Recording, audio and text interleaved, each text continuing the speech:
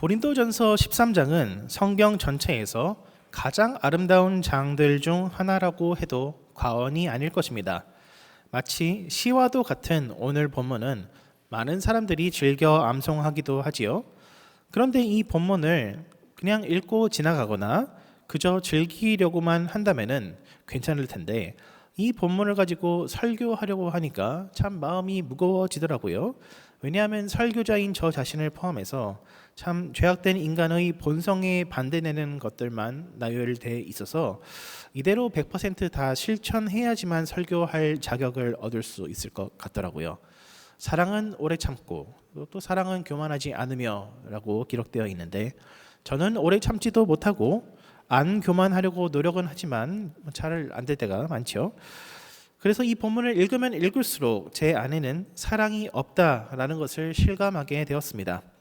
그런데 어떤 분이 이 본문에 대해서 나누는 말씀을 들은 적이 있었는데요. 이 본문은 사실상 사람이 할 수 있는 사랑의 모습이라기보다는 하나님께서 우리에게 베풀어 주신 사랑의 방식이라고 말입니다. 그리고 실제로 이렇게들 많이 설명을 합니다. 성경에는 최소한 3가지 종류의 사랑이 등장한다고 합니다. 대략적으로 구분해 보자면은 첫 번째는 에로스로서 남녀 간의 혹은 정열적인 사랑을 뜻하고요. 두 번째는 필리아로서 친구 간의 따뜻한 우정을 뜻하며 세 번째는 아가페로서 하나님의 사랑을 뜻한다고 하지요. 제가 한번 질문을 드려도 되겠습니까? 오늘 고린도전서 13장에 등장하는 이 사랑은 에로스의 사랑일까요? 필리아의 사랑일까요? 아가페의 사랑일까요? 너무 쉬운 질문을 드리면 우리를 무시하는 겁니까라고 생각할 수도 있는데 답을 다 아시리라 믿습니다. 아가페의 사랑이죠. 또 한 가지 질문을 드려보겠습니다. 요한복음 3장 16절에서 하나님이 세상을 이처럼 사랑하사라고 되어 있을 때 에로스의 사랑일까요? 필리아의 사랑일까요? 아가페의 사랑일까요? 예, 맞습니다. 근데 또 이거는 하나님께서 우리를 사랑하신 거를 아가페라고 하는 반면에 또 예수님께서 그 온 율법의 요약이 무엇입니까?라고 율법학자가 물었을 때 주 너의 하나님을 사랑하고 둘째는 이와 같으니 내 이웃을 내 몸과 같이 사랑하라라고 하는 이 두 가지의 말씀, 하나님을 사랑하고 이웃을 사랑하라, 여기에 사용된 것도 아가페라는 단어인 거죠. 그러니까 하나님이 인간을 사랑할 때 사용되는 단어이기도 한데 인간이 하나님을 사랑할 때 또한 하나님의 사랑을 바탕으로 하여서 이웃들을 사랑할 때에 이 아가페라는 단어가 사용되는 것을 살펴볼 수 있습니다. 이 아가페라고 하는 단어는 특이하게도 신약 성경이 나타나기 전에는 그렇게 많이 사용된 단어가 아니라고 합니다. 분명 그 아가페라는 단어가 있기는 있었습니다. 아가페라는 단어가 성경이 있기 전에 없었다라고 한다면은 성경에서 그 말 자체를 사용할 수 없었겠죠. 있기는 있었어요. 근데 그 단어의 뜻이 뭐였냐라고 한다면은 이제 에로스라고 하는 사랑은 뭔가를 정열적으로 추구하는 사랑을 뜻하고요. 그래서 단지 남녀 간의 사랑뿐만이 아니라 어떠한 종교 혹은 철학적인 사상을 정열적으로 사랑하는 것도 에로스라고 그 철학자 플라톤이 그렇게 부르고 있고요. 또 그 필리아라고 하는 사랑은 인간적으로 친근한 종류의 모든 사랑을 가리킨다라고 합니다. 그런데 아가페라고 하는 단어는 뭘 정열적으로 사랑하지도 않고 그렇다고 해서 친근한 마음으로 인하여서 사랑을 베풀어 주는 것도 아닌 그 제3지대의 어떤 영역의 사랑이라고 합니다. 그래서 가령 불쌍한 사람을 돕고자 하는 마음이 있을 때에 그가 친구라서 도와주는 것도 아니고 그를 정열적으로 사랑해서 도와주는 게 아니죠. 마찬가지로 고대 그리스 사람들이 생각할 때에 올림푸스에 사는 그 그리스 신들이 인간들을 내려다볼 때 그와 유사한 방식으로 사랑을 베풀지 않을까라고 해서 사용했던 그 단어가 아가페였다고 하는데요. 신약의 저자들이 그렇다면 하나님 유일신 하나님께서 인간들을 사랑하실 때에 베푸시는 그 사랑의 모습은 어떠한 것일까? 가장 거기에 적합한 단어가 무엇일까 고민할 때에 이 아가페라는 단어를 선택했다는 점을 주목해 볼 필요가 있습니다.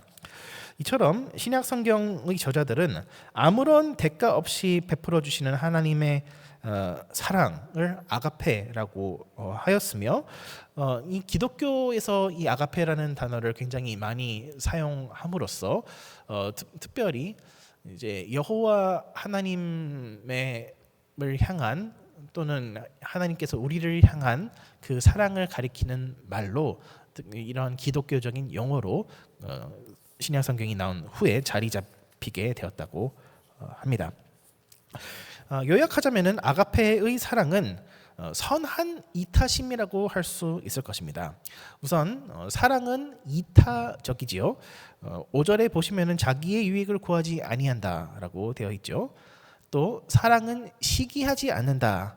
남이 잘 된다고 배아파하지 않는다라고 하는 것이며 또 자랑하지 않고 자기 자신을 내세우지 않는다고 합니다. 교만하지 아니하다라고 하는 말은 허풍이나 허세를 떨지 않는다. 우리가 허풍이나 허세를 떠는 이유는 내가 남들보다 더 위대한 존재라는 것을 부각시켜서 어떠한 권력을 행사하려고 하기 때문이지요.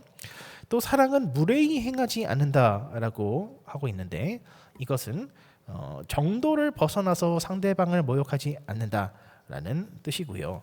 또 성내지 않는다라고 하는 표현이 있는데 이것은 좀 원문의 그 의미를 살펴보자면은 이제 KJV에서는 love is not provoked라고 하고 있습니다. 그러니까 누가 시비를 걸거나 도발한다고 해서 거기에 걸려들지 않는다라고 하는 것입니다. 어떤 사람이 나에게 어떠한 안 좋은 소리를 한다고 상상해 보십시오. 그것이 만약에 틀린 이야기라고 한다면은 굳이 화를 낼 필요가 없고 그것은 틀린 이야기니까 당신 말은 잘못되었습니다라고 하면은 그만이지요. 그리고 설령 말이 진실된 말이라고 한다면은 그때도 마찬가지로 우리가 화를 낼 필요가 전혀 없죠. 왜냐하면 맞는 말을 하기 때문이죠. 이것은 love is not provoked라고 하는 것은 모든 종류의 분노를 금지하는 그러한 말씀은 아닙니다. 예수님께서도 정당한 종류와 정당한 방식의 분노가 있을 수 있다라고 말씀하셨기에 화를 내어도 저녁까지 품지는 말라고 얘기하셨던 것이지요. 더 나아가서 또 사랑은 악한 것을 생각하지 아니한다라고 되어 있는데 이것은 NIV 성경에 보시면은 love keeps no record of wrongs라고 되어 있습니다. 즉 나에게 어떤 사람이 해악을 끼친 것을 내 마음속에 담아두지 아니한다라고 하는 이야기이지요. 특히나 오늘 본문에서 강조되는 사랑의 특징이라고 한다면은 인내심을 꼽을 수 있겠습니다. 사랑은 오래 참고 모든 것을 견딘다라고 하며 반복해서 얘기하고 있죠. 오래 참음이라고 하는 것은 비굴하게 살아라라고 하는 말은 아닙니다. 어떠한 악한 일들이 세상에서 일어난다고 할 때에 그냥 모른 척하면서 살아라라고 하는 것이 아니죠. 왜냐하면 그 뒤에 이어서 불의를 기뻐하지 아니하며 진리와 함께 기뻐한다라고 되어 있기 때문입니다. 그러므로 사랑은 선한 이타심이라고 할 수 있겠는데요. 할 수 있는 대로 선을 행하고 설령 불의가 횡행한다고 하더라도 낙심하지 아니하고 계속해서 선을 실천하는 것을 의미할 수 있을 것입니다. 그런데 이처럼 선한 이타심을 가지고서 살아가야 한다라는 것에는 누구든지 동의를 할 수 있겠지요. 그러나 정작 우리가 이것을 실천해야 한다라고 한다면은 벽에 부딪히게 될 것입니다. 고린도전서 12장의 마지막 절에서는 사랑을 성령의 은사라고 표현하고 있는데요. 은사라고 하는 것은 선물, 은혜로 주시는 선물이라는 뜻이지요. 그러니까 이것은 하나님께서 우리에게 주셔야지만 우리가 받을 수 있는 것이라는 뜻입니다. 우리가 사랑의 은사를 받을 수 있는 길은 다름 아니라 복음입니다. 몇 주 전에도 세상의 지식과 십자가의 지혜의 차이점에 대해서 설명하면서 왜 십자가의 지혜 혹은 복음의 지혜가 우리를 사랑으로 이끄는지 잠시 설명을 드렸었는데 다시 한번 말씀드리도록 하겠습니다.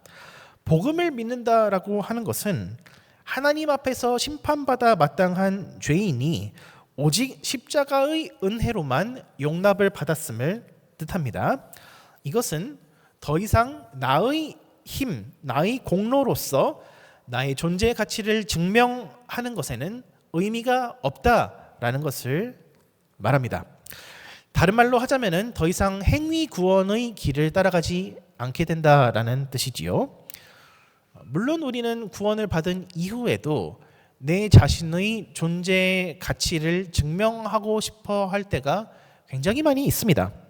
그러나 우리가 그러한 것을 시도할 때, 내 자신을 증명하고자 할 때에 그 마음속에 있는 밑바닥의 동기 부여는 불안감 때문입니다. 내가 불안해하기 때문에, 내가 안전하지 않다라고 생각하기 때문에, 내 인생이 크게 흔들릴 수도 있다라고 생각하기 때문에 자꾸 나는 그래도 잘하고 있어, 나는 그래도 이 정도 이룬 사람이야라고 계속해서 내세우고 싶어 하는 것이죠. 그러나 그렇게 하면 할수록 그것은 행위 구원의 길을 따라가게 되는 것이며 은혜의 길과는 정반대로 가게 된다는 것을 우리는 유의해야 할 것입니다.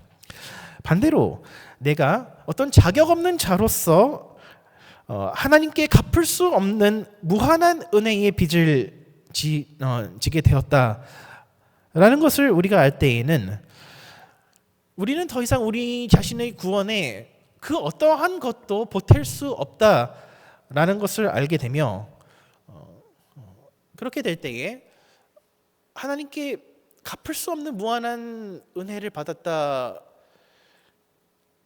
떨어질 수 없는, 실패할 수 없는 사랑의 은혜를 받았다라고 하는 것을 알 때에 자칫 잘못하면 게을러질 수도 있다라고 생각하고, 자칫 잘못하면 오히려 율법을 순종하지 않으면서 살지 않겠느냐라고 하는 염려도 있을 수 있지만은, 진정으로 은혜를 아는 사람이라고 한다면은 진정으로 하나님께서 나에게 베풀어 주신 그 사랑의 크기가 무엇인지 아는 사람이라고 한다면은 우리는 하나님의 말씀을 실천하는 것에 게으르게 행할 수 없고, 오히려 날이 가면 갈수록 더욱더 말씀에 순종하고 싶어하는 마음이 커져가야 할 것입니다. 그렇게 해서 자발적으로 하나님의 말씀에 순종하고 싶어하는 마음, 이것을 하나님을 기쁘시게 하는 삶이라고 성경은 표현하고 있죠. 그래서 로마서 12장 1절에서도 너희 몸을 하나님이 기뻐하시는 산 제물로 드리라, 이것이 너희가 드릴 영적 예배니라 라고 하고 있죠. 또 찬양에서 또 우리가 고백하기를 나 주님의 뭐가 되기를 원하네 라고 고백하고 있나요? 나 주님의 기쁨이 되기 원하네 라고 고백하고 있죠. 내가 원하는 단 한 가지가 있다면 그것은 바로 주님의 기쁨이 되는 것. 그것이 바로 이제 하나님의 사랑을 입은 자들이 당연히 나타내야 하는 우리의 반응이라고 하는 것이죠.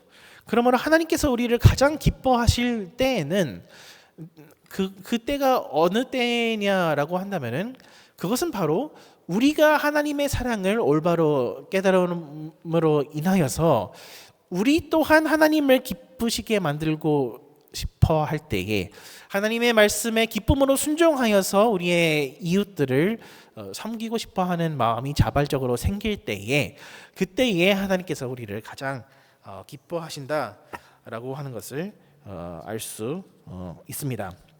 이러한 것을 볼 때에 우리는 사랑이라고 하는 것이 믿음과 별개의 것이 아니며 또 소망과 별개의 것이 아니라는 사실을 알 수 있는데요. 왜냐하면은 하나님을 기쁘시게 하는 삶, 하나님을 사랑하고 이웃을 사랑하게 되는 삶은 오직 은혜로 내가 구원을 받았다, 오직 십자가의 은혜로 내가 용서함을 입었다라고 하는 이 믿음으로부터만 나올 수 있기 때문이며 이 믿음을 가지고 있을 때에 우리 마음 가운데에 진정한 소망이 우러나오기 때문입니다. 그런 점에서 믿음과 소망과 사랑 이 세 가지는 항상 있을 것이다 라고 얘기하고 있는 것이죠. 그런데 거기에 덧붙여서 사도 바울은 이 믿음과 소망과 사랑 중에서 그 중에 제일은 무엇이라고 하고 있나요? 맞습니다. 그 중에 제일은 사랑이라고 하고 있는데요. 이 사랑이 제일이라고 하는 그 이유가 뭔지 한번 생각을 해보시면요. 오늘 본문에서도 나와 있는 것 같이 사랑이 없으면은 아무 소용이 없다라고 하는 이 13장 앞부분의 말씀에서 단서들을 찾아볼 수 있을 것입니다. 산을 옮길 믿음이 있어도 사랑이 없으면은 아무 소용이 없다라고 하고 있죠. 또 가진 재산을 모두 팔아서 가난한 자들에게 나누어 주고 내 자신을 불사르게 내어 준다고 할지라도 사랑이 없으면은 아무것도 소용이 없다. 경상도 말에서는 이제 애살이 많다라는 표현을 쓰는데요. 욕심이 많아서 자기 그 삶을 그 애살이 있는 사람은 자기 삶을 열심히 살아가고 공부도 자기가 알아서 하고 싶어하고 여러 가지 그 직업적으로도 성공하고 싶어하고 이런 거를 그 애살이라고 그 경상도의 말에서는 하는데 소망이라고 하는 거죠. 그 소망이 마음속에 의욕이 넘친다라고 하더라도 그것이 잘못된 방향의 소망이라고 한다면은 그것이 하나님을 사랑하는 것에서 비롯된 소망이 아니라고 한다면은 아무리 위대한 업적을 이룬다고 할지라도 그것은 아무런 소용이 없다. 왜냐하면은 결국에는 나조차고 하는 일이기 때문에 하나님의 영광을 위하여서 한 일이 아니기 때문에 그런 것이죠. 나조차고 한 일은 결국에는 나의 영광을 추구하는 것인데 아무리 내가 열심히 무엇인가를 한다고 하더라도 나의 공로, 나의 힘, 나의 지혜로서는 내가 지은 죄들을 없이 할 수 없고 나에게 어떤 그 구원에 이르게 하는 그 공로를 가져다 줄 수 없기 때문인 것입니다.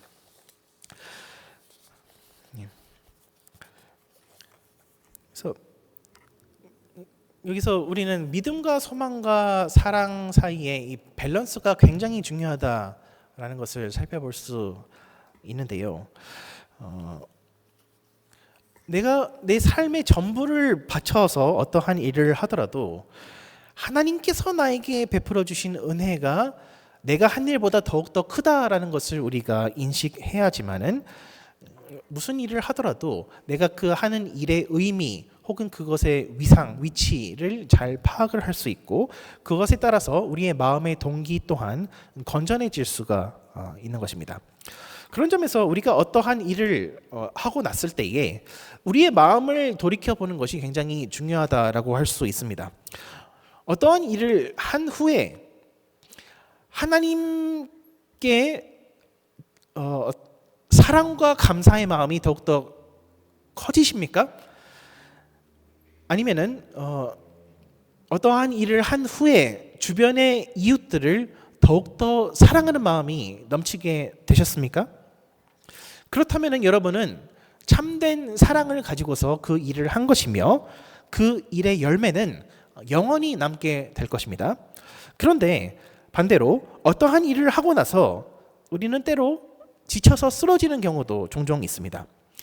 아니면은 어떠한 일을 성공적으로 치른 후에 나 스스로를 자랑스러워하며 이 일을 나만큼 해내지 못한 다른 사람들을 깔보게 될 수도 있습니다.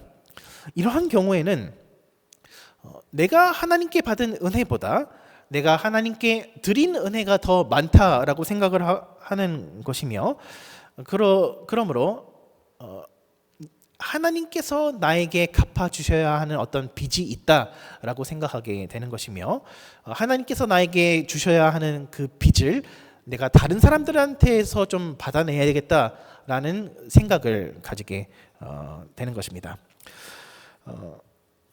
때때로 우리는 어떠한 일을 하고 나서 그에 걸맞는 칭찬이나 보상을 받지 않게 되면은 선한 싸움을 싸우는 것이 의미 없다라고 느낄 때도 있습니다. 그래서 중도 포기하게 되거나 혹은 미적지근한 태도를 가지고서 한 발은 교회에 한 발은 세상 속에 걸쳐놓고 살아가고 싶은 마음이 생길 수도 있습니다. 조그만 시련에도 크게 흔들리는 것은 그러나 내 마음에 하나님의 사랑이 없다는 증거입니다.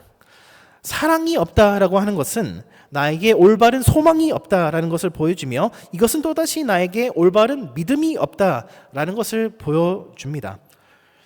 그러므로 내 삶 가운데에 사랑이 모자랄 때에는 나의 소망을 점검해야 하며 내 삶에 소망이 모자랄 때에는 나의 믿음을 점검해야 합니다. 참 사랑은 모든 것을 믿고 모든 것을 바라고 모든 것을 견딘다라고 말씀하고 있기 때문입니다.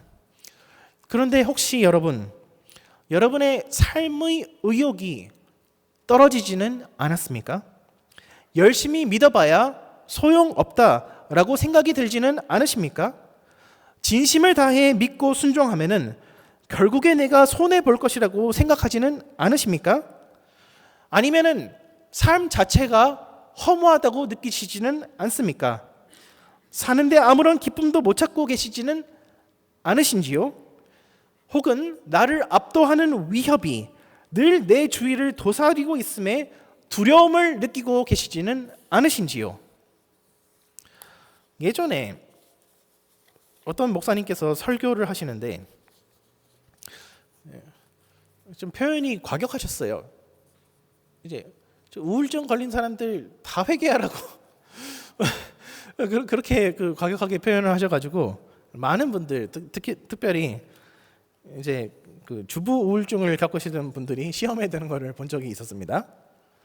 그러면서 성도님들이 하시는 말씀이 목사님이 우울증에 대해서 뭘 아시냐며 우울증 걸린 사람들은 그런 회초리가 필요한 것이 아니라 위로와 격려가 필요하다라고 하는 것이었습니다. 그런데 이 우울증이라고 하는 것은 최소 두 가지가 복합적으로 얽혀져 있는 것인데요. 첫 번째는 인생이 슬프고 허망하다라고 느끼는 감정, 그리고 둘째, 그 감정을 내가 컨트롤하지 못하는 것, 이 두 가지가 결합되어 있는 것이죠. 그 우울한 감정을 내가 컨트롤할 수 있으면은 그거는 우울증이 아니고 그냥 우울한 감정인 것이죠. 여기서 죄라고 지적할 수 있는 부분은 그 우울한 감정입니다. 우울감입니다. 우울한 감정이 누구나 들 수 있습니다. 그것은 자연스러운 현상입니다. 그런데 그 감정을 옳은 것이라고 생각하고 거기에 동조하고 그 감정을 계속해서 품어나가는 것은 죄입니다. 우울한 감정이 계속 더 커지도록 놔두게 되면은 그것이 주체할 수 없을 정도로 커지게 됩니다. 그래서 내가 굳이 원하지 않아도 스스로 우울한 감정의 지배를 결국에 받게 되는 것이지요. 이렇게 우울한 감정을 내가 더 이상 컨트롤하지 못하게 되는 것은 죄를 계속해서 마음속에 품은 결과, 비참한 죄의 결과라고 할 수 있을 것입니다. 종교개혁가 마르틴 루터가 자기 혼자의 힘으로 거대한 가톨릭 교회와 맞서 싸우려고 했을 때에 얼마나 두려웠을까요? 한 사람의 힘으로써 제국을 상대한다라고 하는 것은 굉장한 일이죠. 실제로 그는 트라우마가 생겨서 극심한 우울증에 시달렸다고 합니다. 그런데요, 그가 남긴 유명한 말들 중 하나가 날아다니는 새가 이제 내 머리 위에 날아다니는 것을 막을 수는 없지만은 그 새가 내 머리 위에 앉아서 둥지를 트는 것은 막을 수 있다라고 하는 얘기 여러분 한 번쯤 들어보셨지요? 그런데 이 말씀이 다른 어떠한 죄된 생각에 대해서 또 물론 적용되는 것이지만 1차적으로는 그 우울한 감정이 내 마음에 자리 잡지 못하도록 해야 된다라는 것을 가리켜 한 말씀이었던 것입니다. 우리는 세상을 살아가면서 모든 일이 내 마음같이 진행될 수는 없습니다. 그러나 믿는 사람들은 모든 일이 결국에 하나님의 손에 달려 있음을 믿습니다. 예수님의 십자가 구원은 우리가 하나님의 아들을 십자가에 못 박았음에도 불구하고 우리의 죄악이 하나님의 사랑을 막지 못했음을 보여주는 것입니다. 예수님의 십자가를 믿는다라고 하는 것은 예수님이 어디 교통사고를 당해서 우연히 죽으셨는데 그 죽음이 나에게 어떤 효과가 있다라고 하는 것을 믿는 것이 아니라 예수님을 죽인 범인이 바로 나 자신이라는 것을 고백하는 것이기 때문입니다. 더 나아가서 예수님은 부활하셨는데요. 예수님께서 부활하셨다라고 하는 것은 예수님을 거역하는 우리의 죄악이 용서받았을 뿐만 아니라 죽음조차도 우리의 구원을 막지 못한다라는 것을 보여주고 있습니다. 히브리서 12장 3절에서는 다음과 같이 말씀합니다. 너희가 피곤하여 낙심하지 않기 위하여 죄인들이 이같이 자기에게 거역한 일을 참으신 일을 생각하라. 우리가 하나님께 온 힘을 다하여 대들었어도 하나님께서는 우리를 참아주셨으며 우리를 계속해서 구원해 주시며 또한 천국에서 우리에게 한없는 축복을 보장해 주십니다. 그러므로 우리가 하나님께 순종하며 살아가다가 어떠한 고난을 만난다고 하더라도 그러한 고난 혹은 시련은 결코 우리의 인생이 실패했다라는 것을 의미하지 않으며 더군다나 하나님께서 우리를 사랑하시지 않는다라는 것은 더더욱 의미하지 않습니다. 오히려 우리의 시련은 우리에게 인내를 만들어가며 우리의 인내는 연단을 허락하여 주며 연단은 우리에게 소망을 만들어준다고 성경은 말씀합니다. 어떠한 경우에도 하나님께서는 우리의 마음을 지켜주시며 우리의 믿음을 더욱 성숙하게 만들어주시며 그 결과 우리는 흔들리지 않는 믿음을 가지고서 점점 더 많이 승리하며 점점 더 많이 순종하며 살아갈 수 있게 됩니다. 그러므로 우리는 시련을 만난다고 해서 우리의 소망이 꺾일 필요가 없으며 오히려 날이 가면 갈수록 더욱 우리의 소망이 커져가야 할 줄로 믿습니다. 말씀을 맺겠습니다. 우리 자신을 살펴보면 사랑이 참 많이 부족합니다. 이 말씀을 전하는 저조차도 사랑이 너무나도 부족함을 느낍니다. 인생이 허망하고 슬프게 느껴질 때에 괜히 모든 일에 낙천적인 사람들을 보면은 화가 날 수도 있습니다. 그렇지만은 괜찮습니다. 하나님께서는 우리를 이 모습 이대로 사랑해 주시기 때문입니다. 우리가 하나님의 손을 놓았을 때에도 하나님의 사랑의 손길은 우리를 붙잡아 주십니다. 우리가 소망이 없다고 느낄 때에도 하나님은 우리에게 오히려 소망이 있다고 말씀해 주십니다. 우리가 오늘이라는 시간을 꿋꿋이 살아갈 수 있는 것도 하나님께서 우리의 마음 가운데에 은혜로 남겨두신 믿음이 있기 때문입니다. 믿음, 소망, 사랑, 이 세 가지는 항상 남아 있을 것인데 하나님께서 은사로 선물로 항상 우리에게 남겨주시리라고 약속하고 계신 것입니다. 인생의 슬픔과 허무함에 지쳐 쓰러지는 것이 아니라 날이 갈수록 믿음과 소망과 사랑이 넘쳐나도록 자라가는 저와 여러분 되시기를 주님의 이름으로 축복합니다. 기도하겠습니다. 하나님 아버지, 감사합니다. 자격 없는 죄인들을 용서하여 주시고 변함없는 사랑으로 우리를 지켜주시니 감사합니다. 하나님, 주님의 사랑의 그 깊이를 날마다 묵상하며 주님의 사랑을 닮아가는 우리가 되게 하여 주시옵소서. 감사드리며 예수 그리스도 이름으로 기도드리옵나이다.